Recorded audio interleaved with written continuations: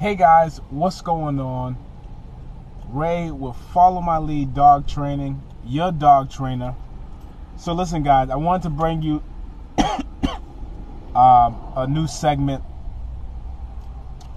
This is going to be the Ask Ray segment, right? A lot of Ask segments out there, so I'm going to do an Ask Ray segment.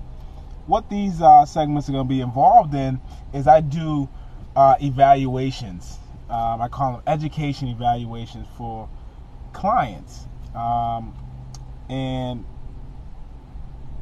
this, allows me to see what the dog's doing by video and give the client some insight before we start our training session.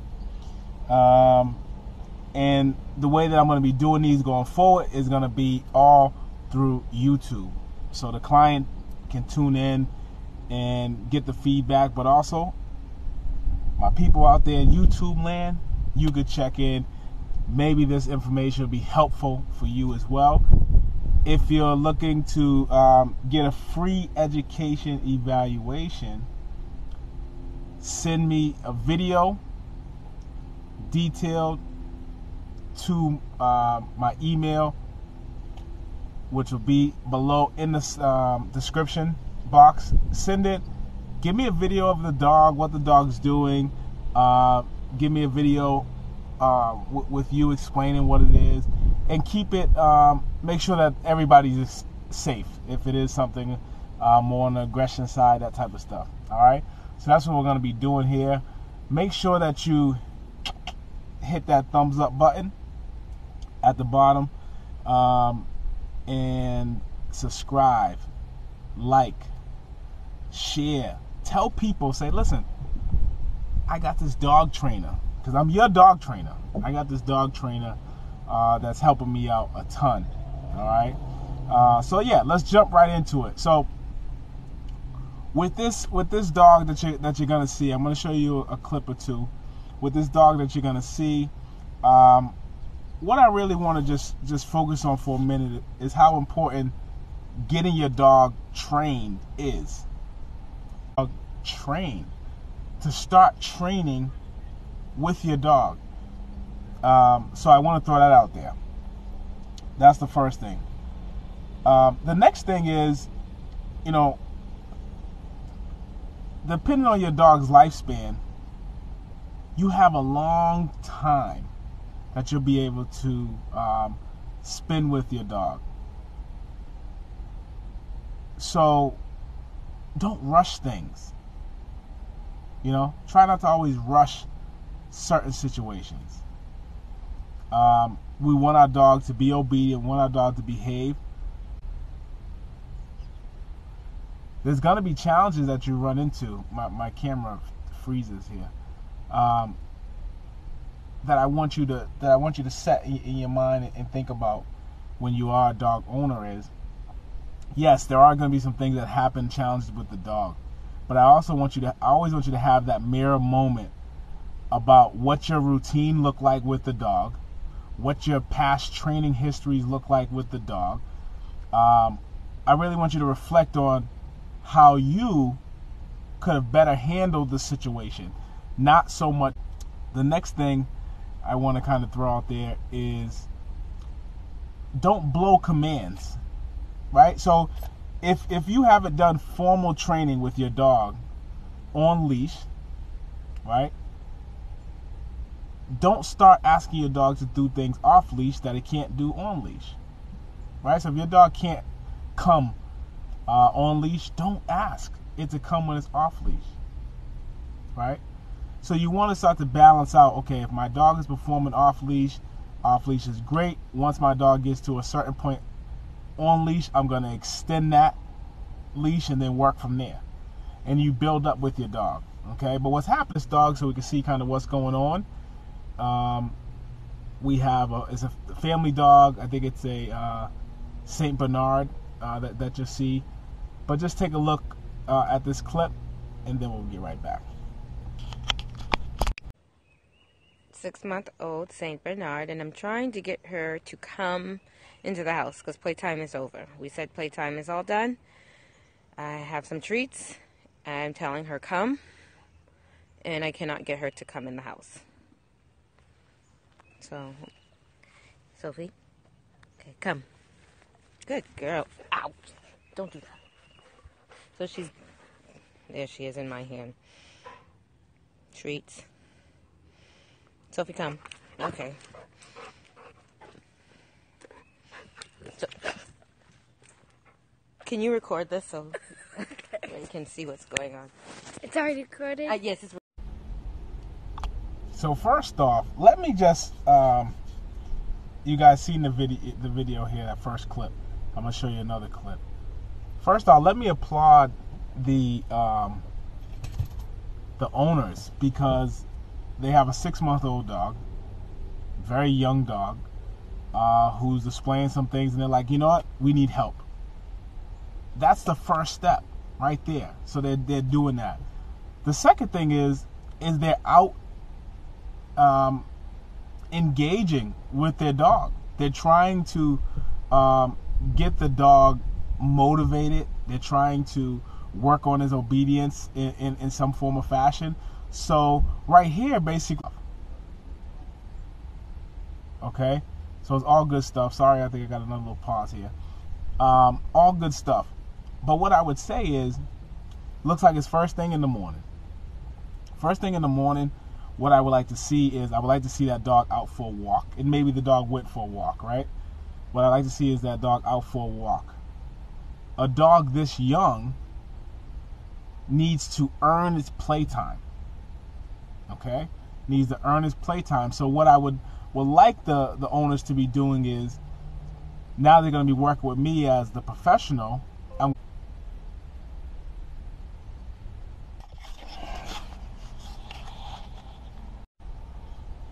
Okay, so now that they're going to be working with me, the professional, I would ask that they get that walk done in the morning, a structured walk. Then what I would like to see them do is work that recall with the dog. So the dog doesn't know how to come when called. They're using food to motivate, which is all good stuff. See, it's all good stuff. It's just the timing. So I would ask them to work that recall. Work that for 5 minutes with the dog. Do that. Then allow the dog to play, right? And burn energy.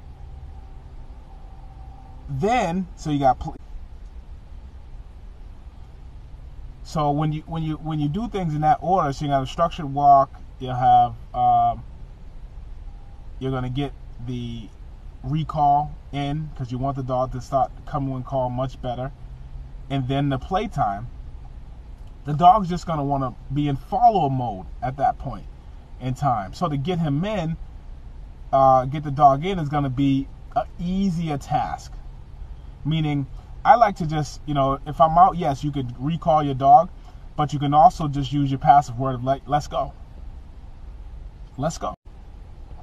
So especially when you've done things in that order, the dog's going to want to be right on you anyways, right?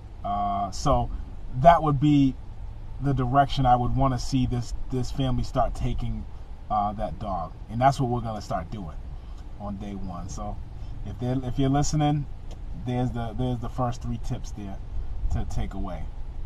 So I want to show another clip and of another concern that's going on. And we will go from there. So take a look. She started to growl for the last few days, weeks. It sounds like that, and then she barks. So I wanted to know if the way my daughter's playing with her, which they call soccer, is making her growl more. And you see how Sophie won't let the ball go, but my daughter's trying to get the ball. And now there's this tug of war happening. Don't know if that's okay. She tells her to drop it, but Sophie sits. But she does not release the ball. Oops.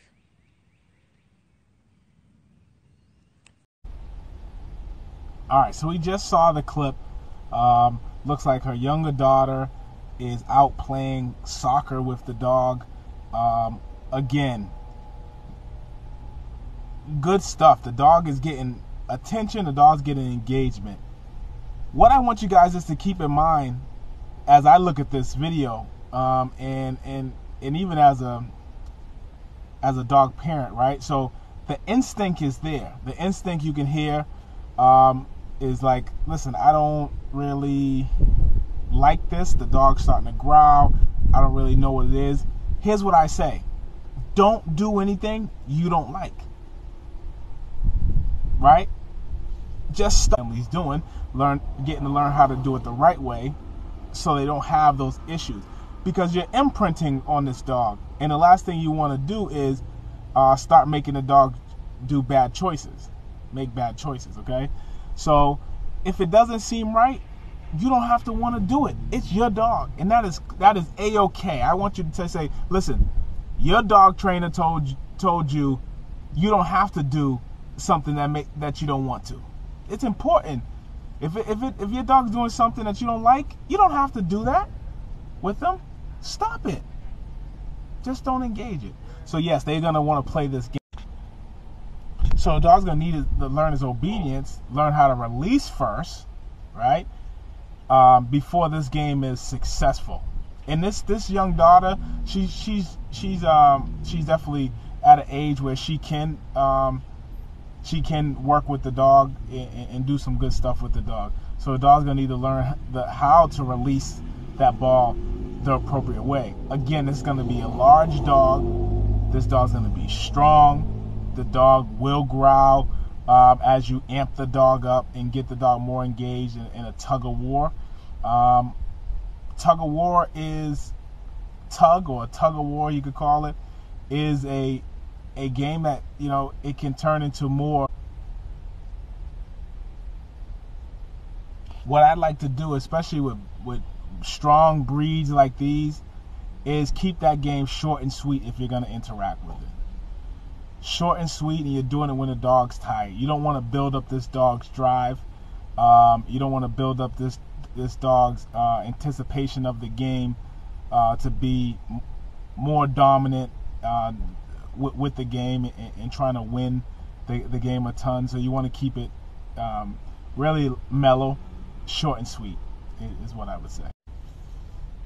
Like what you just seen. Don't forget, in the description, send me an email, video the behavior that's happening with your dog and you. Have somebody record for you, whatever you need to do. Send it over to me, and I'll give you a free education evaluation, some tips that'll help you move forward as you work with a professional. If it's me, you know how to get in contact with me. You can find me on Facebook. You can find me on Instagram at FollowMyLeadK9. Make sure you subscribe to the page for more dog training content. Make sure you hit the thumbs up this way, not the thumbs up this way, not this way, right? And thank you guys, as always, for joining. Again, this is Ray with Follow My Lead Dog Training, your dog trainer, and I'm out of here. Talk to you soon.